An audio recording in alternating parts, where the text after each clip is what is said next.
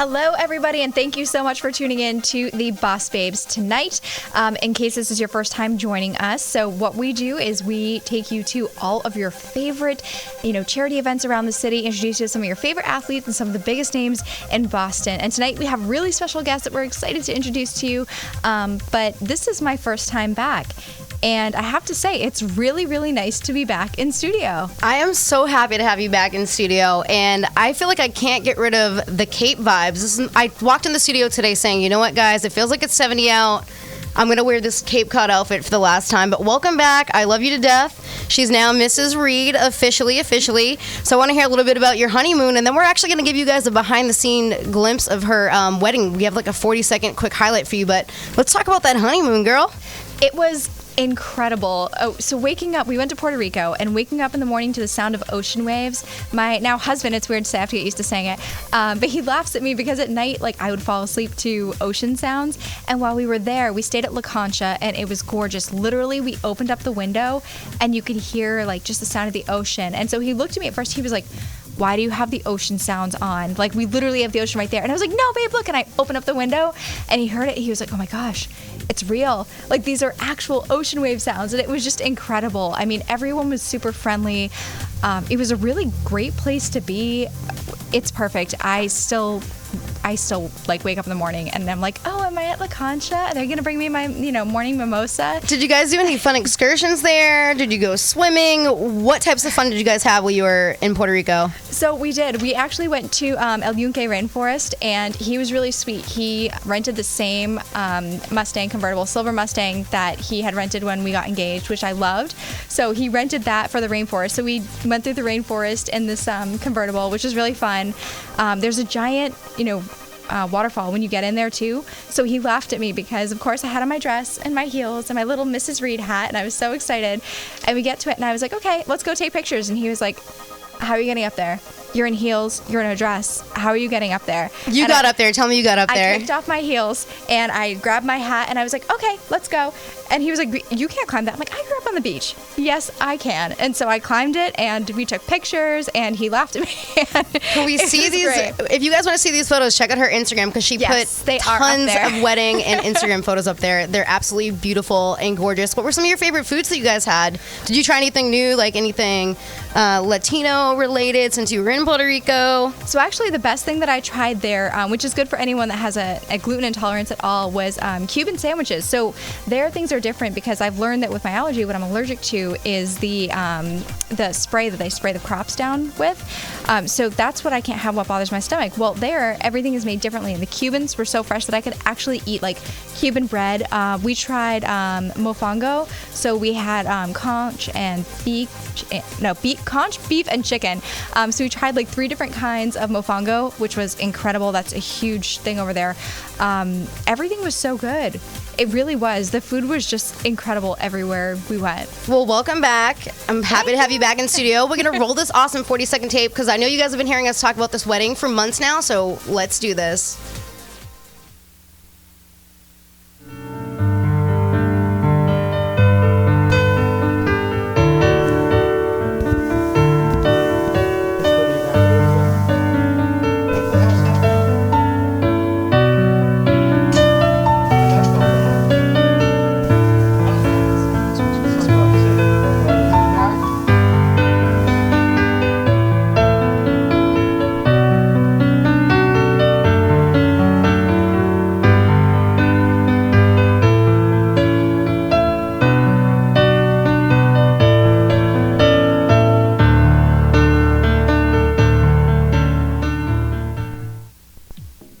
How beautiful is that, guys? It literally looked just like a fairy tale. And I'm telling you, it was a fairy tale. I was there in person, and I partied so hard for that 3 days that I came back and had no voice and got super sick. I'm actually just recovering now because I literally went kayaking. We went to Bad Martha. We went to the wedding. We went out. It literally was a 3-day staycation, and I had so much fun. So you did an awesome job getting married, but you also did a great job at putting on fun, great 3-day event for all of your friends and family, and I want to go back and do it again. Actually, we were joking around. Her friends and I were saying, you know what, that Airbnb that we rented at the Vineyard, we want to get it again next summer because we had so much fun. it was the most amazing time ever. I just can't believe like every second was so perfect. It was like 75 degrees, beautiful. Everything just worked. That I think I'm still in shock about that, because you dream about it for so long, right? And then the day comes and I was like, wait, oh my gosh, that was perfect. So it was kind of everything that we ever could have dreamed of. And the horse and carriage, I think, was like my favorite part of the whole time. That was like the fairy tale moment that I had wanted for so long. It was so gorgeous. I love it. And I know you guys want to hear more about the wedding, but we're going to switch over to sports topics. But if you guys want to see more about Emma's wedding, again, feel free to check out her Instagram and her social media. She puts tons of great stuff up there. But we're going to roll this fun tape. Her name is Layla Anderson. You guys might remember we talked about her back in June. She has an autoimmune disease. This little girl is such a big NHL fan.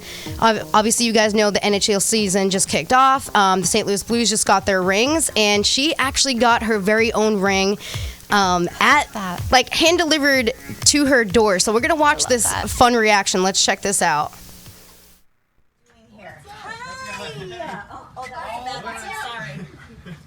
Oh my God. Hey, this is a surprise. So you guys are Pinky. Yeah, Pinky. It said Pinky. That's what it is. Good to see you the first game. Hi. How's it going? Good to see you. Hi. Well, there's no reason why we're here too. So, you know how much you mean to us, right? Yes. And what an inspiration you've been to so many people. So me and Colton are here, representing our organization and everybody there. And we have something that we would like you to open right now. That box looks familiar.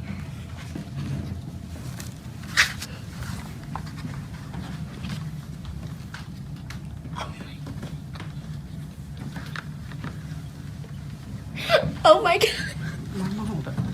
Here, can you help? Okay. Okay, you get the first grab. It's a magnet kind of, so you have to pull a little hard. Okay. Oh my God. Pretty cool, huh? I feel like I shouldn't be touching this one. Oh, she's so cute. I feel like I shouldn't be touching this. That's the most adorable thing. I absolutely love that. And again, the Boston Bruins, they did so great this season. Almost took home the Stanley Cup, but the St. Louis Blues ended up winning. And you know what? At the end of the day, I would rather the St. Louis Blues win, just because to see the smile on that little girl Layla's face, because she's been in the hospital for so long, for her to get a Stanley Cup ring is absolutely incredible. Like, that's worth its weight in gold. Like, she deserved that ring. So you know what? The Boston Bruins, you might take it home this year. I'm glad that the St. Louis Blues won it last season, because Layla got to have that great experience, and she's such a big St. Louis Blues fan. So we are going to segue into Big Papi right here. We're going to pop up this photo. You guys all remember the Boston Marathon when Big Papi went absolutely wild. This is our bleepin' city. So we all love Big Papi. We all know that he's recovering still from getting shot a few months back. But the reason why we're popping this up, there's two big reasons. One reason, if you guys like to run marathons, guess what? Look online. Big Papi is looking for 34 of his biggest supporters to join him this season at the Boston Marathon, which happens in April. So if you guys want to join his team online, I've been seeing it posted everywhere. Check it out. Get on his team if you like to run. Big Papi is looking for 34 people. Why? Because his number is 34, so that makes sense. Join his team. And also, Emma, why are we popping up Big Papi, and what's the big reason we're talking about the Boston Marathon today? We're segueing into our special guest. Yes, so we have a very special guest today. She is an author, she is a wife, but she is also a Boston Marathon survivor, and she has an incredible love story that is just really, really beautiful. So we're going to share that right now. Roseann is here with us tonight. Roseann, thank you so much for taking the time to join us. Thanks for having me here. It's very exciting. So, okay, so first We're going to roll to her tape. Yeah, first things first, we're going to show your tape, and we're going to, kind of teach everyone a little bit about you, and then we're going to dive right into our interview. So let's roll that tape. April 15, 2013 started out the same as any marathon Monday did. Every year since she was a little girl, Roseann Sdoia and her family would wait at the finish line of the Boston Marathon for their friends to run by. That year was no different. We had gotten that text that our friend Jen would be coming, so we stepped outside to the barricade, and we were just out there waiting for her to come down the street.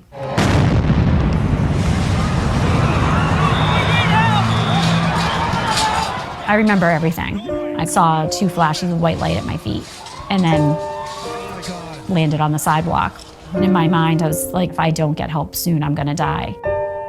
A Good Samaritan and a cop helped Roseann control the bleeding from her leg, and a Boylston firefighter named Mike Materia helped transport her to the hospital, coming back several times to check on her progress. I wanted to make sure she lived, that was my main concern. I met her family right away, and they were awesome people, and it was very touching to meet them and help them out. Well, what I thought was helping them out, but I'm sure they were helping me out too. Roseann spent several weeks in the hospital, but family and friends kept her in good spirits. I wasn't speaking a whole bunch at that point, but a couple of things I do remember is someone said, take a picture with Mike, and I was like, I'm not taking a picture with him as he's standing right there.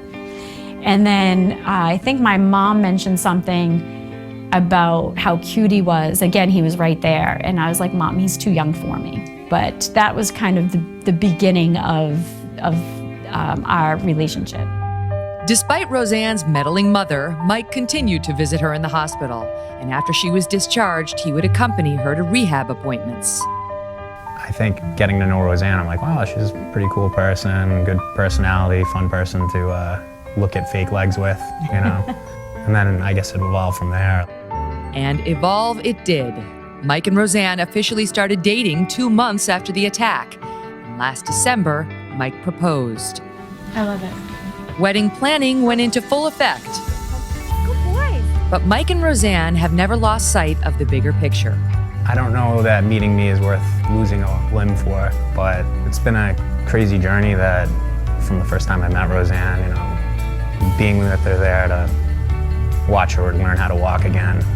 The big, huge plus out of it was that she's a great person, someone that can't think of not being with. Do I wish this ever happened to me? No.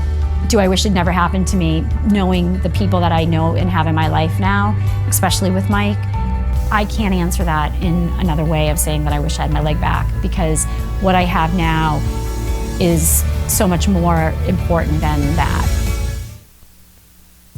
Wow, that is incredibly powerful, Roseann.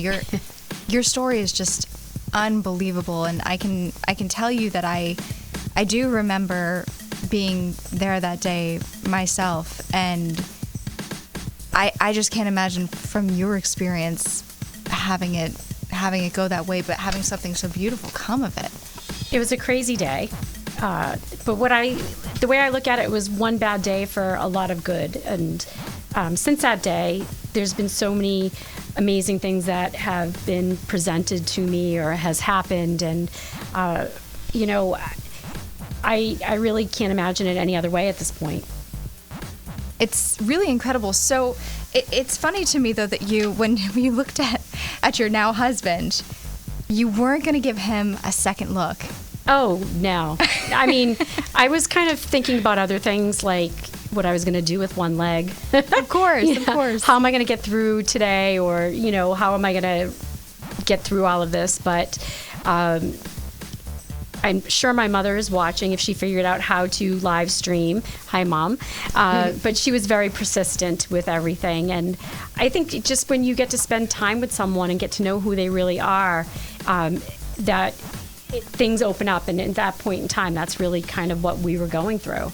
I got all teary-eyed in that video, so I apologize. Oh my gosh, it's hard not to. It's hard not to. I love that video. I absolutely love the fact that you ended up marrying the gentleman that saved your life. Like, at the end of the day, that to me is like the best outcome that could have possibly happened. And he's so supportive. He's with you all the time. Like, I wanted to get him in the studio actually with you, but I'm glad that you're in here because we get to hear everything amazing that represents you. And I want to jump right into, we're going to talk more about the wedding and the marriage and the marathon. But so you actually grew up in Drake, which I think is cool.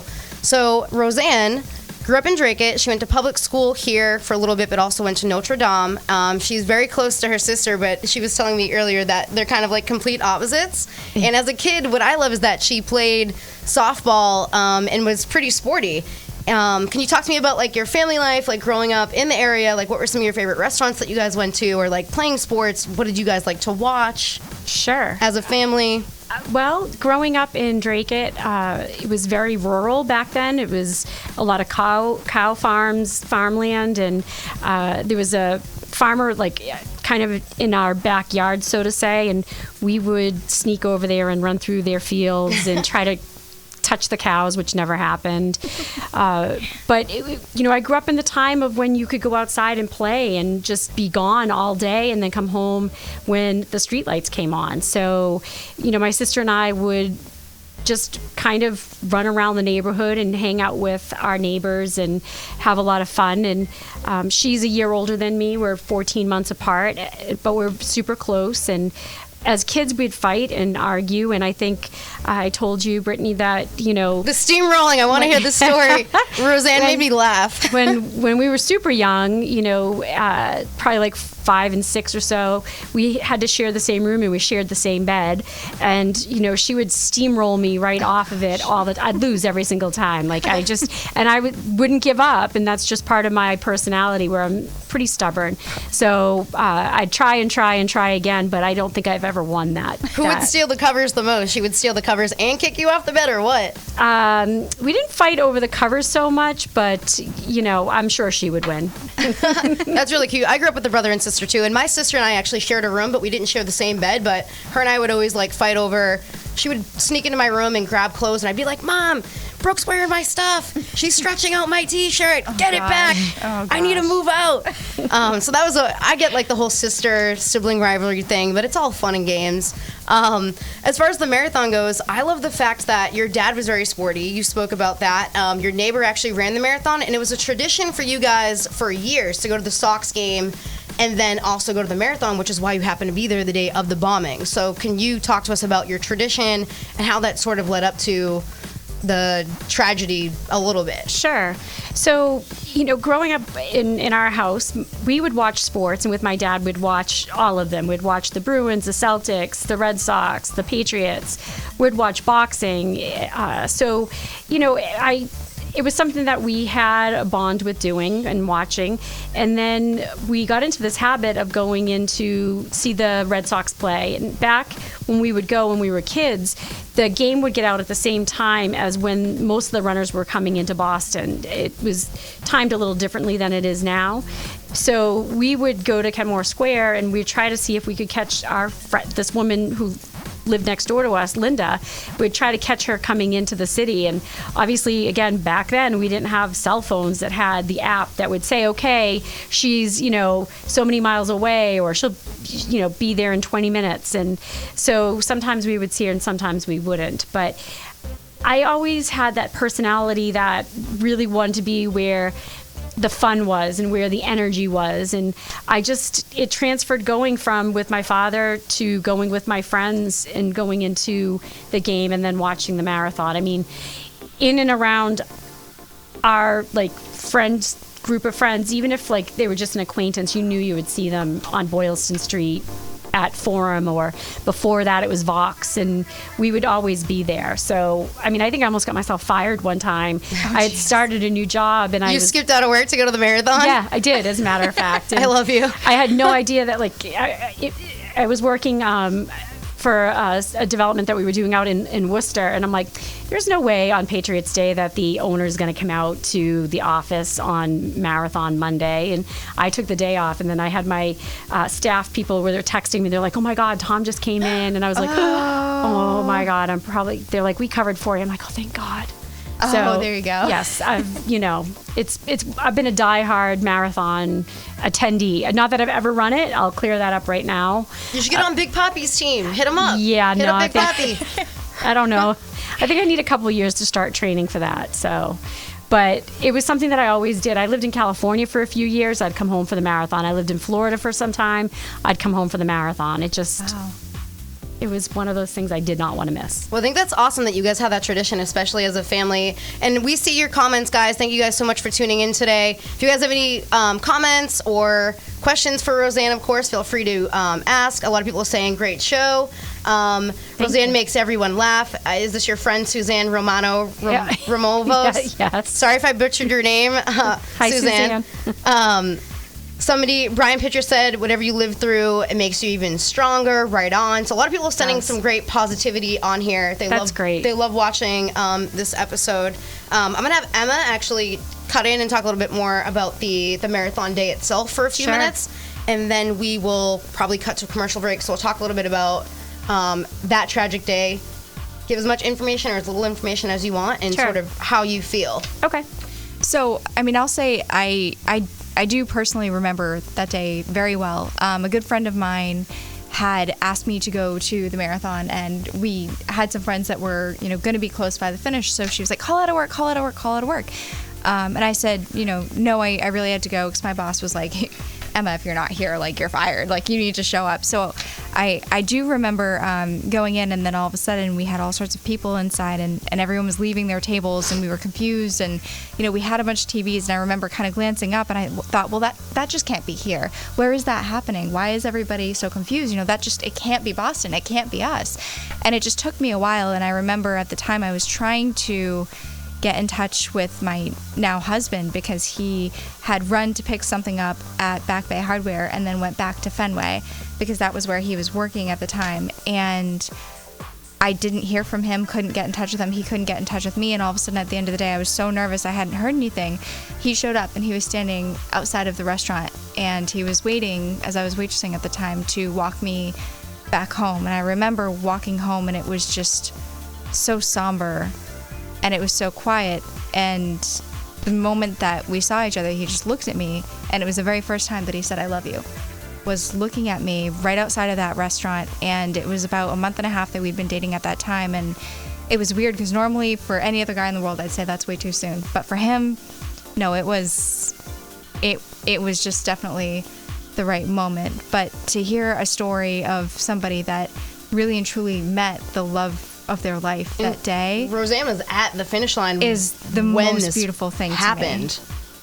So I'd love to hear, when he was coming into that hospital room over and over again, and you just kept seeing him, what were your thoughts when you just kept seeing his face coming in? Well, so he kind of, like, I was brought in Monday.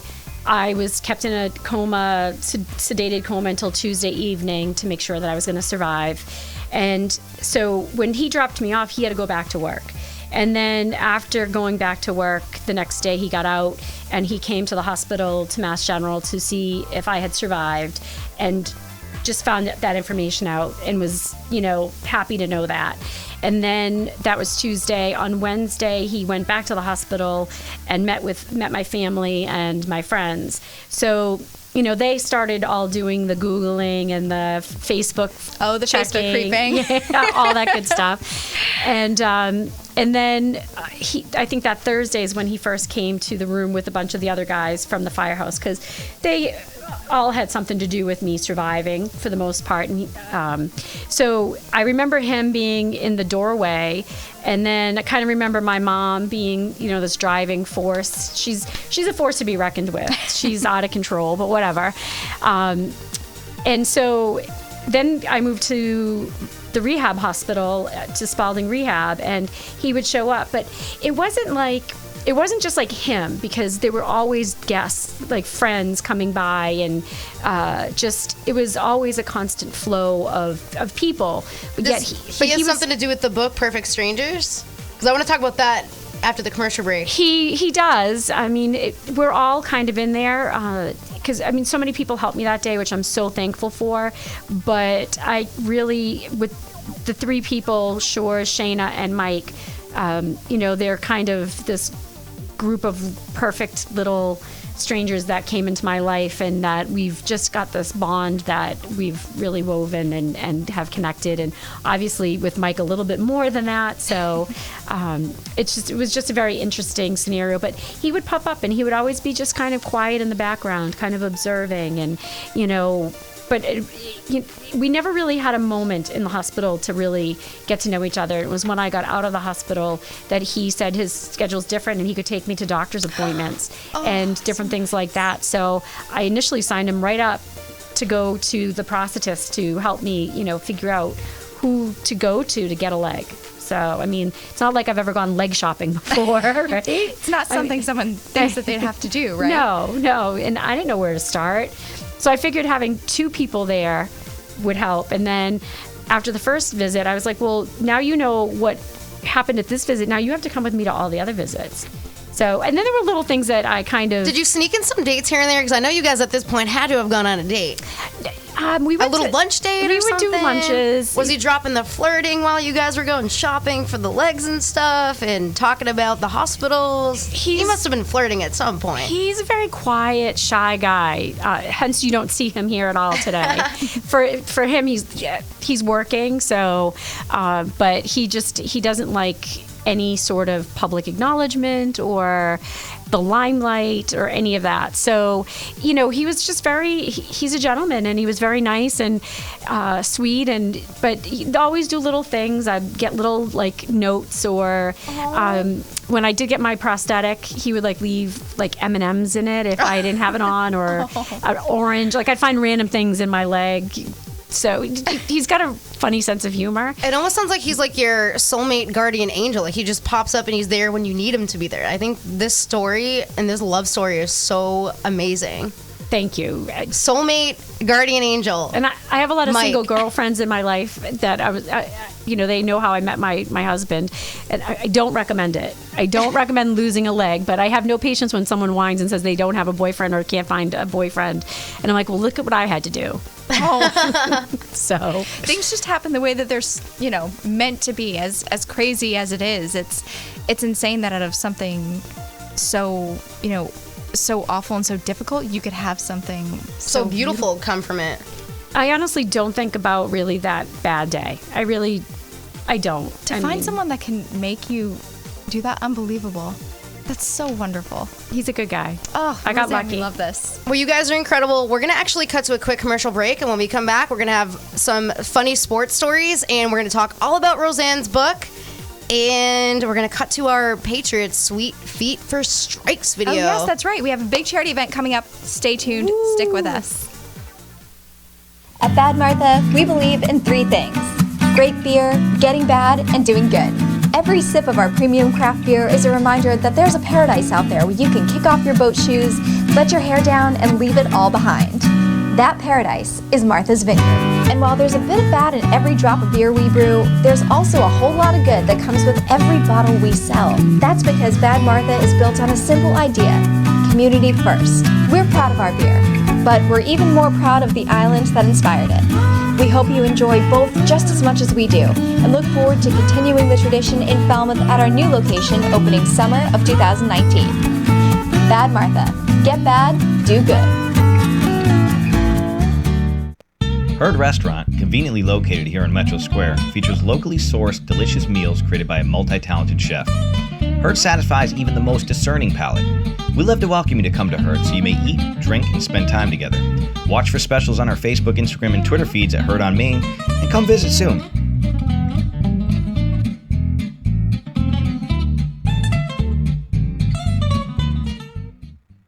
Hey guys, how are you today? Good. I'm here to talk about how with technology you can make amazing worlds. Come with me. My team and I groomed the Halo world to life. Is that you? That is me. I wasn't a math genius and I knew nothing about coding. But you guys do. You guys have the power to change things. I want your job. I want you to have my job.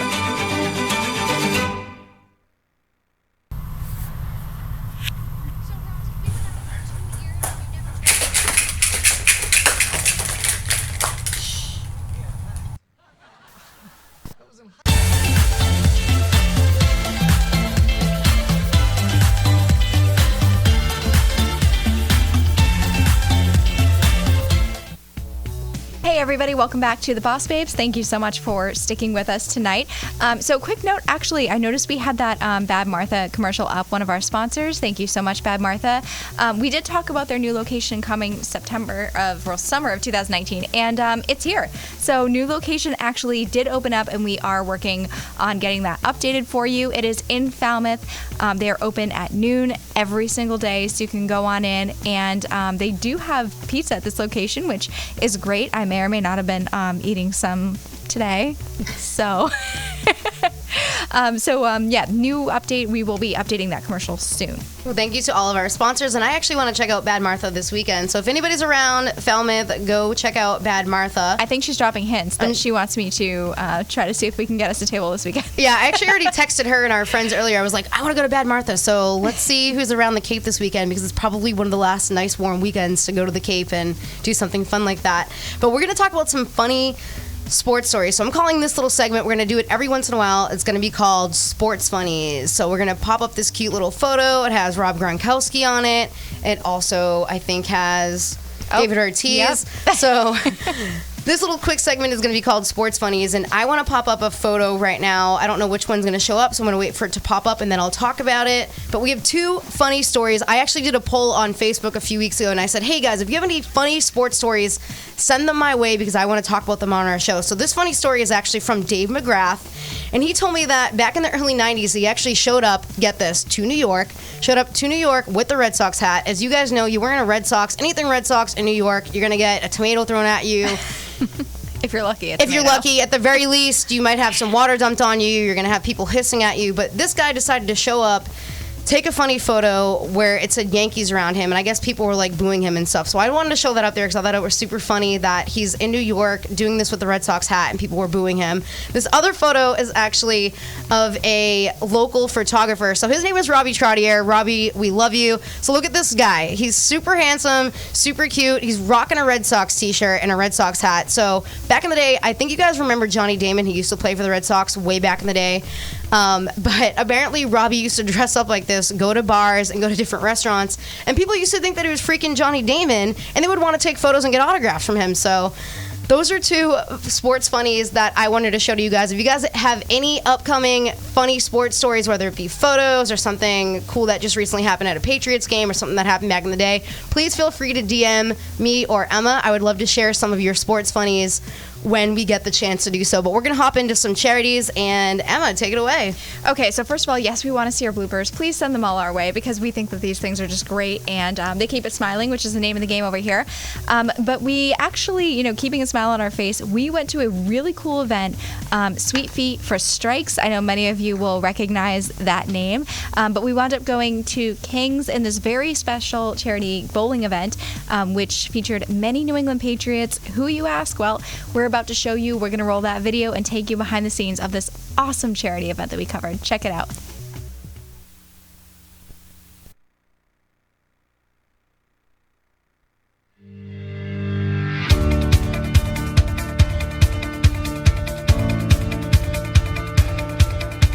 Tonight we're trading on our footballs for bowling balls. We're here at King's in Dedham, getting ready to support a great cause with the New England Patriots. There's an amazing fundraiser happening here tonight for Boston Medical Center. We're going to head inside, and don't worry, we're going to take you with us.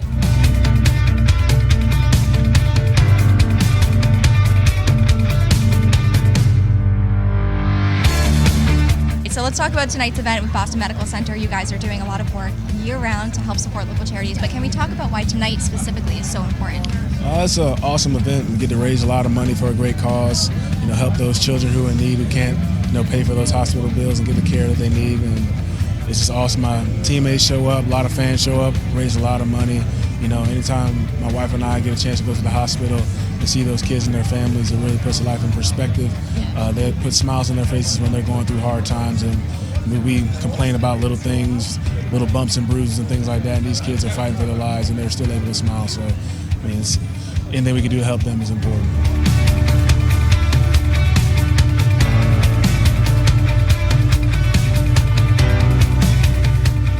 Talk to me all about your experience being here and why you're so excited about supporting such a great cause tonight. Yeah, I've come out to this bowling event, whether it was Mayo Bowl or Sweet Feet for Strikes, for the past few years. I think any time we're coming together to raise money for a great cause, especially something like Boston Medical Group, pediatrics, something along those lines, I'm going to be all for, because it's for the kids, and it's to do something for the greater good. Are you a good bowler or what? Are we going to get to see you hit some strikes? I'm a pretty marginal bowler. I'm just hoping to, break 100 and maybe stay above water. And we'll hope that maybe somebody in my group is going to carry us and carry your team. Yeah, carry the team. That's the real hope.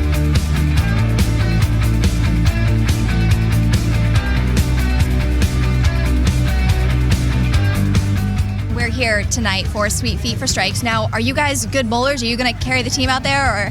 I used to be a good bowler. I'm terrible now, so but it's cool being here. We also work with Boston Medical, so to be able to come to James' event, and I'll try to not be the weak link on my team and hold my own, but I can't make any promises.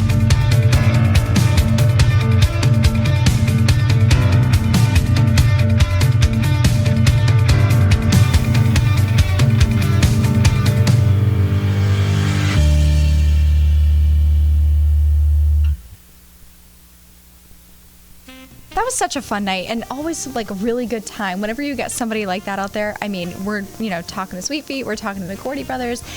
What a good night. I had such a good time. We didn't get to bowl, unfortunately, but we did catch a glimpse of Tom Brady from the side. I know, he fun. was there for all of 30 seconds. I think the crowd went wild, and then he was like, all right, cool. Yeah, he was like, you know what, guys, I did my thing. I just wanted to say hi, and he was out really quick. But it was cool to see Tom Brady. It was great to talk to a lot of the players. And the big thing we're trying to figure out, so James' wife, his pregnant wife was there. She looked absolutely stunning, by the way. Do you think she popped this kid out or what? Because I haven't heard any updates. I just don't know how you look that stunning. This girl had looked incredible. Like she had heels on. Like if I was that pregnant and I was about to give birth within 2 or 3 weeks, there's no way in heck I'd be 1 at this event and 2 in heels. This woman looked like a goddess. Like, what are your beauty secrets? I think every woman everywhere needs to know these beauty secrets because she looked incredible. She did. Unbelievable. So Mrs. White, if you have any tips for us, please send them our way. And if you did have your baby, congratulations. We're going to have to look on social media to see that, and maybe we can share a photo when the baby is born. But we love charity. I know that all that money went to Boston Medical Center. Yes. And aside from that charity, Roseann, we're going to switch back to her because this woman does so much for the community. Not only did she write a book, we want to talk about Perfect Strangers. We're going to have you talk about that soon. But she is highly involved with mentoring other people that are involved with tragedies. You also do a ton within the local community as far as charity work and attending events. So wherever you want to start, if you want to talk about the book, start with the book. Well, let's start with the mentoring part of it. So I feel as though that I was so fortunate with having so many people come to me and share their stories, their secrets, give me guidance about becoming an amputee. Challenge Athletes Foundation, Disabled Sports USA, Wiggle Your Toes, there's so many I can't even think of that.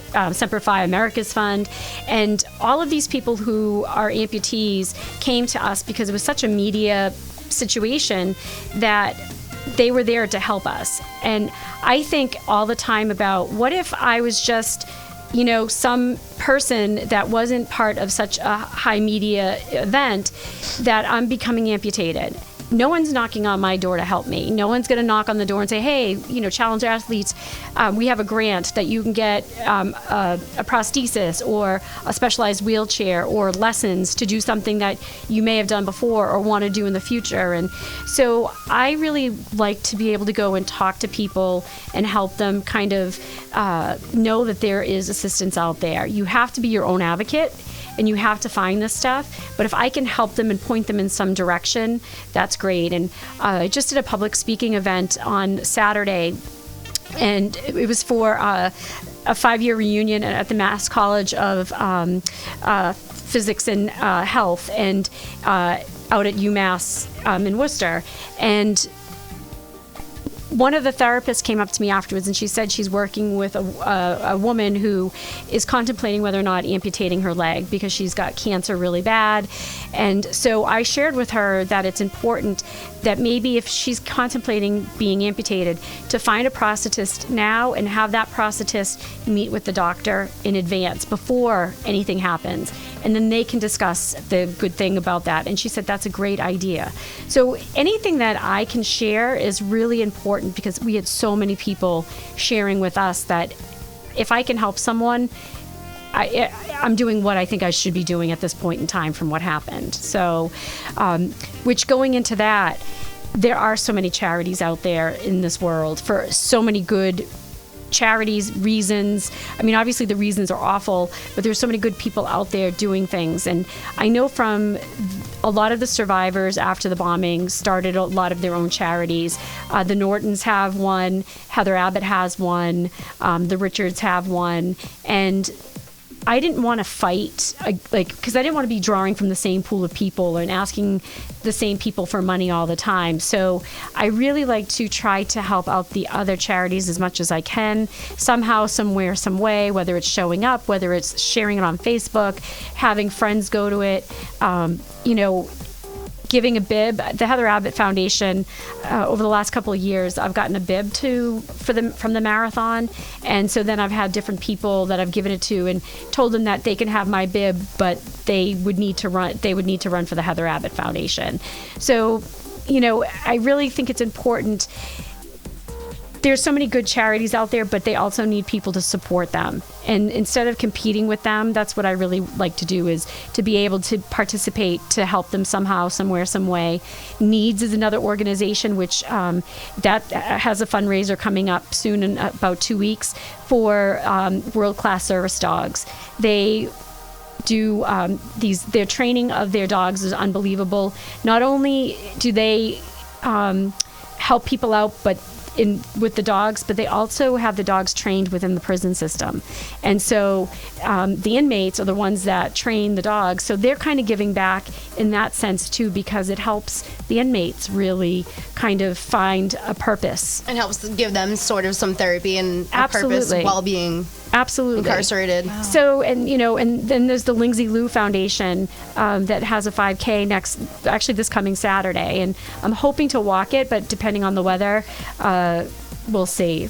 Before if I was running, I would run in the rain, but now walking with a prosthetic, it's kind of an easy out if it's going to be terrible weather. What are some of your favorite events that you've attended? Do you prefer, I know you like to do a little bit of everything, but do you like mentoring a little bit more? Do you like to attend the charity events, or is it a combination of everything? What are some of your favorite events that you've attended here in Boston? I think it's really kind of a combination of things. I was mentoring with this one woman who I went in, and she looked at me and she said, her first words were not even "Hi, how are you?" It was, "Oh my God, I can wear skinny jeans and boots again." Because when you become an amputee, you don't know what you can wear, especially if you're a female. There's a lot more men amputees out there.